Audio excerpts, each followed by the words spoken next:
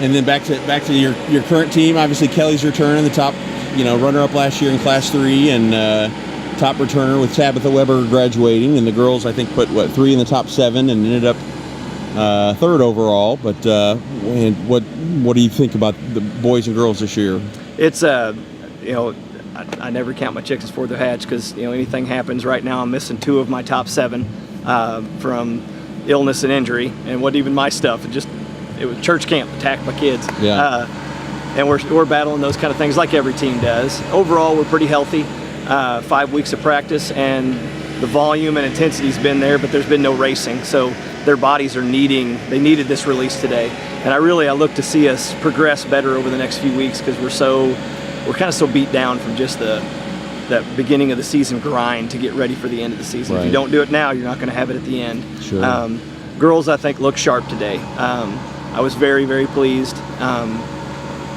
I think the 2 that would naturally be in that top 7 are going to have to earn their way back in, because we had some kids step up today, which is good. I remember being a senior and scared to death I was going to lose my starting spot in football, and that I was going to lose my starting spot in the 4x4 and 4x8, and to me that was good coaching. My coaches had me scared from the get-go, and I think that's healthy. Yeah.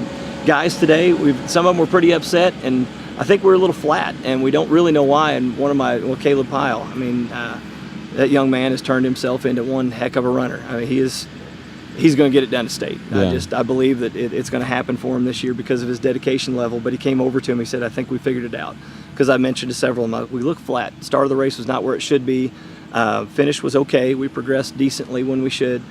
But he said, Coach, we think it was just missing Nathan. And Nathan Painter's top guy from last year, runner at Missouri Southern, had a great race today, and so they got to see him.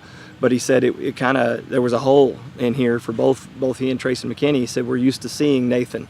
He was our gauge, right? Yeah. And our gauge wasn't there. Yeah. And gives you also an idea how close these kids get Sure. to each other. Big time. The boys are just as goofy as they can be, but they love each other, and same with the girls.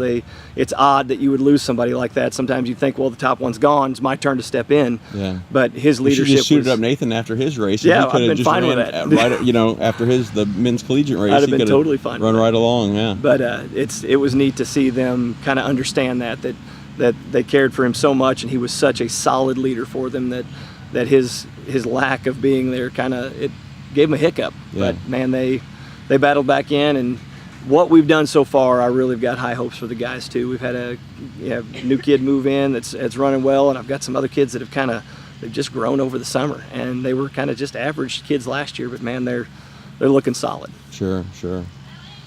Well, appreciate great job on the meet, and I know thousands of people sure enjoyed it this morning, and couldn't ask for much better weather. So thanks for putting on a great show, and stay healthy this season, and we'll see you down the road. Thank you, sir.